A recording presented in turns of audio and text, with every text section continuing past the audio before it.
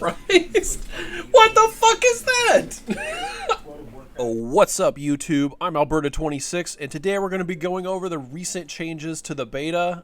Quite a few changes in here, including a huge change to Soulbinds, basically turning them on their heads, almost literally. In addition to Soulbind changes, we've got changes to sugar-crusted fish feasts, Demo Warlocks interrupts, tuning changes to almost every Castle Nathria trinket. So let's jump right in on the Soulbinds. As clickbaity as it sounds, flipping the Soulbinds on their heads is actually what Blizzard has done for all but one of the Soulbinds, as far as I can tell. They've taken that capstone ability that used to be at the bottom of the tree, your big reward for filling out the whole tree, and they've put it at the top of the tree, giving it to you immediately instead of at the bottom of the tree when you've maxed out your renown with that covenant.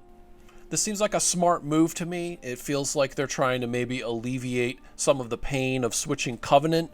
You know, you switch Covenant and you start at 0 renown with that Covenant, but you're still getting that capstone big main ability from each of your Soulbinds. So that lets you adequately try it out before you decide to renown grind it. And you'll be able to switch back easily because switching Covenant does not wipe out your renown with that Covenant. When you go back, you'll still be back at full. This change gives me hope that they are listening to player feedback and are trying to dial in the system in a way that at least meets us halfway between their expectations and ours. Along with this change, they rearranged several of the trees, and they also made a really big tuning pass on a lot of the conduits and soulbind abilities. Pretty much every class except for druids has like a several scrolls long page on Wowhead of changes, so definitely check out Wowhead's page where they've data mined all these changes and laid them out. I will link it in the description. Every Castle Nathria trinket also received tuning changes. Most of it actually looked like buffs, oddly enough, so I'm not sure what to think about that, but I've got them on a slow scroll here, and you should definitely go check them out on Wowhead for a more detailed read. Over in the Maw, Vendor is now offering a slew of purchasable permanent upgrades that apply in the Maw and Torghast zones. With these items, Blizzard seems to be saying that if you want to improve your Torghast experience and max that out, you're going to have to spend some time in the Maw. Starting at Apprehensive Reputation, she's got an Encased Riftwalker Essence, which enables transportation via Chaotic Rift Stones, which can be found in the Maw. Quality of life improvement, I suspect. Extra Dimensional Pockets gain extra storage space while in Torghast, allowing Obleron armaments to stack an additional 1 time. Vessel of Unfortunate Spirits, while in Torghast, your first death does not count against you. Up in the tentative reputation bracket, we've got Soul Stabilizing Salve. Rub the paste within the sphere onto your skin, permanently reducing the duration of the Tormented Soul effect when applied by assassins. Not too sure what that does. Sounds like a little bit of survivability, though. Bangle of Seniority. While in Torghast, broker vendors will have a chance to offer you uncommon options. The Ritual Prism of Fortune. While in Torghast, your chance of receiving epic anima powers is permanently increased. Can't be mad about that. At Ambivalent Reputation, she's offering the Talisman of Destined Defiance, giving you the power to overcome the jailer's winged abductors. So this sounds like a way to stave off the ramping up interest of the jailer while you're in the Maw. She's also got the Rank Insignia Acquisitionist. While in Torghast, broker vendors will have a chance to offer you 1 rare option, upping the quality of those broker options in Torghast. And also the Loop of Unusual Charm. While in Torghast, a broker vendor may offer you 1 free anima horde. These items are now being offered in addition to other permanent buff items that she has offered in past builds, the Anima Flow Stabilizer, the Obleon Cipher, and the Possibility Matrix. Most of these new items are costing 500 Stygia, the farmable currency from the Maw, and farming these out is obviously not required, but they do sound like they provide quite a bit of quality of life and improving your odds of success in the Tower of Torghast, so definitely worth checking these out. Pace of leveling was also tweaked in this build of the beta. You can see that they've increased the total XP required to level for each level, but they've also increased the XP per kill at each level. In case you didn't know, in a previous build of the beta, characters who completed every main and side quest were unable to reach level 60. So they implemented changes to try and make this process work. It seems like maybe they think the pace is a little too fast with this change. I'm not sure, but they are definitely dialing in, and anything's got to be better than doing every quest available to you and not reaching level cap. So we'll have to see how these changes play out. Just a few more changes to touch on here. Demonology Warlocks.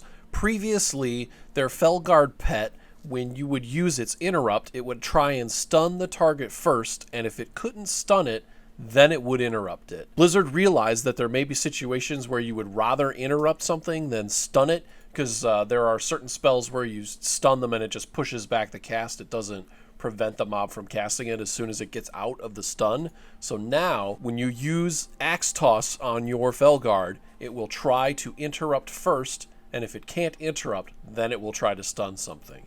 Demo Warlocks officially have a proper interrupt. Congrats, guys!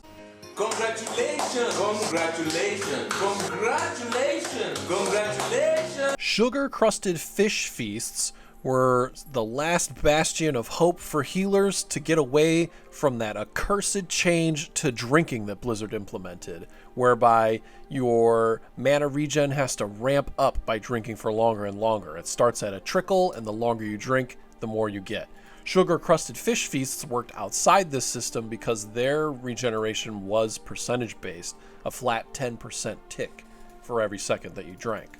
Well, sugar-crusted fish feasts are now ineffective above level 50, and the presumed replacement, the extra sugary fish feast, does not give a flat percentage, but rather 50,000 health and 40,000 mana over 20 seconds. This is what you are already getting from other food buffs, and it's actually less versatility than proper verse food in Shadowlands. So instead of offering a replacement to the sugar-crusted fish feast, they have removed the concept from the game essentially. They are telling healers, you will not get out of having this longer drink period to regenerate your mana.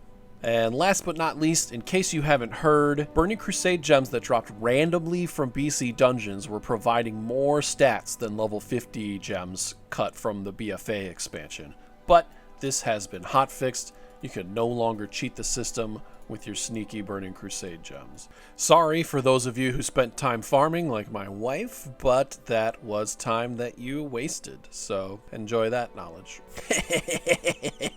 And that wraps it up. Really big changes to Soulbinds. I'm excited to see the direction that Blizzard is moving with those. Still actively tuning and balancing things. I'm glad to see that. Nerfing the sugar-crusted fish feast and then making the next iteration of it not fill that same role, even in a reduced capacity. They could have done 5% per tick, and it probably would be better than the way drinking works right now. That's their choice. Happy for my Warlock brethren in the demo spec to finally have a legit interrupt. Certainly will make it hurt slightly less to bring them to Mythic Plus dungeons. And all those new items added to the Maw Vendor definitely will make your time spent there much more worthwhile and improve your quality of life while in Torghast as well as the Maw. So that's everything. Thank you for watching this video. If you liked it, please hit that like button, and please do subscribe to the channel if you want to see more content from me. And you can also find more of my content on my Twitch channel, twitch.tv/Alberta26.